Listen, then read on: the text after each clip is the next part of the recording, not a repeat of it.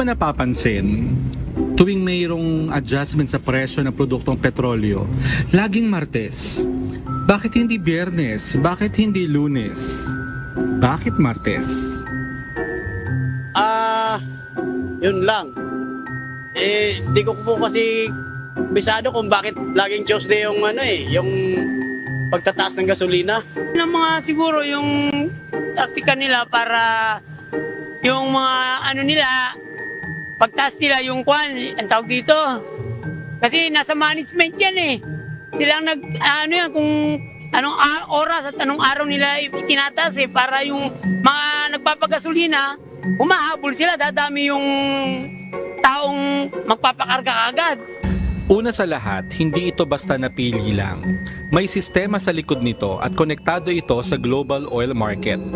Ang presyo ng gasolina sa Pilipinas ay nakabase sa international benchmark tulad ng Mean of Platts Singapore o MOPS, isang reference price sa Asia.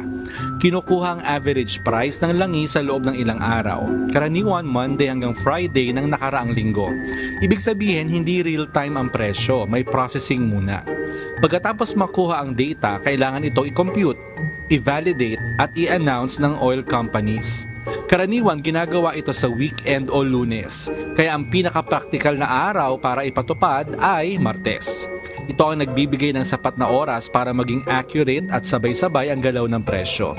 Mapapansin mo rin, halos sabay-sabay mag-adjust sa mga gas stations. Hindi dahil nag-uusap sila, kundi dahil pareho silang kumukuha ng parehong global data at sumusunod sa parehong pricing cycle.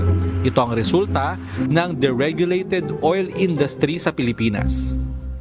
Kaya po kapag narinig nyo na may adjustment sa produktong petrolyo sa araw ng Martes, tandaan nyo, hindi po random yan.